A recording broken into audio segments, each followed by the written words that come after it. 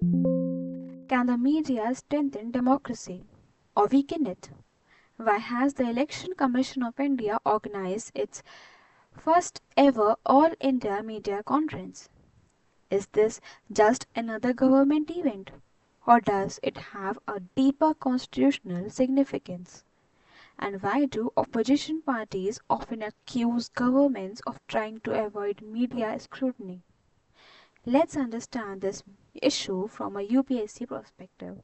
So, hello everyone and welcome to Mastoora IAS. So, today we will discuss about this topic. So, the Election Commission of India (ECI) recently organized its first All India Media Conference to improve journalist understanding the electoral process. The objective is simple: reduce misinformation during elections, improve the accuracy of election reporting, and build trust between the election commission and the media, and strengthen free and fair elections. This topic is important for polity, governance, ethics, and democracy in the UPSC examination. So, now, what is the Election Commission of India? The Election Commission of India is an independent constitutional body responsible for conducting free and fair elections in India. It conducts elections for Lok Sabha, Rajya Sabha, state legislative assemblies, president and vice president. Its primary responsibility is to ensure that elections remains free, fair, transparent and credible.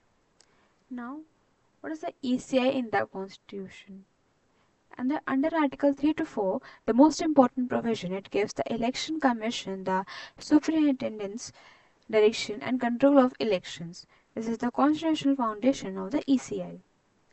Under Article 3 to 5, it provides that there shall be one general electoral roll for every constituency. No citizen can be excluded from the electoral roll on the basis of religion, race, caste, sex. This rejects the principle of equality. And under Article 3 to 6, it provides universal adult franchise. Every citizen, every Indian citizen aged 18 years or above has a right to vote subject to legal qualifications. And under Article 3 to 7 and 3 to 8, these articles empower Parliament, Article 3 to 7 to make laws regarding elections, and state legislative under Article 3 to 4 to legislate on state elections where Parliament has not made laws. Under Article 3 to 9, bars judicial interference in the electoral process once elections have begun, and then election disputes are settled only through election petitions after the election. Note the structure for Election Commission. So the Election Commission consists of the Chief Election Commissioner (EC) and Election Commissioners (ECS). Today it functions as a three-member commission. First, appointment. They are appointed by the President of India. Second, decision making. All members have equal voting powers. Decisions are generally taken by majority. Now, why did ECI organize this media conference? So, during elections, misinformation spreads rapidly through television, newspapers, social media, and digital platforms. If journalists understand election laws and procedures correctly, fake news can reduce. Voters receive authentic information, and public confidence in elections increases. This ultimately strengthens democracy. Now, what is the fourth pillar of democracy? Although the Constitution does not explicitly mention the media as the fourth pillar of democracy, this expression is widely used because the media plays a vital role in democratic governance. The four pillars are generally understood as legislative, executive, judiciary, and media, and formally called the fourth pillar. Media informs several democratic functions, informs citizens, questions those in power, highlights public issues, exposes corruption, and acts as a watchdog. This media promotes accountability and transparency. Now, why do governments sometimes face criticism regarding the media? So, in a democracy, it is common for opposition parties, civil society groups, and sections of the public to allege the governments may avoid difficult questions from the media or seek to influence the media narrative. Supporters of governments, on the other hand, often argue that many media platforms are politically biased on sectionalist issues. This reflects a healthy democratic debate. From a UPSC aspirants, from a UPSC perspective, it is important to maintain a balanced view. These are competing political viewpoints. Institutions and the media should function independently, and a fair and a free press and accountable government strengthen democracy. The focus should remain on constitutional values rather than political positions. What is the importance of independent media under elections? So, an independent media helps by educating voters, countering fake news, fact checking political claims, monitoring election violations, and increasing electoral transparency.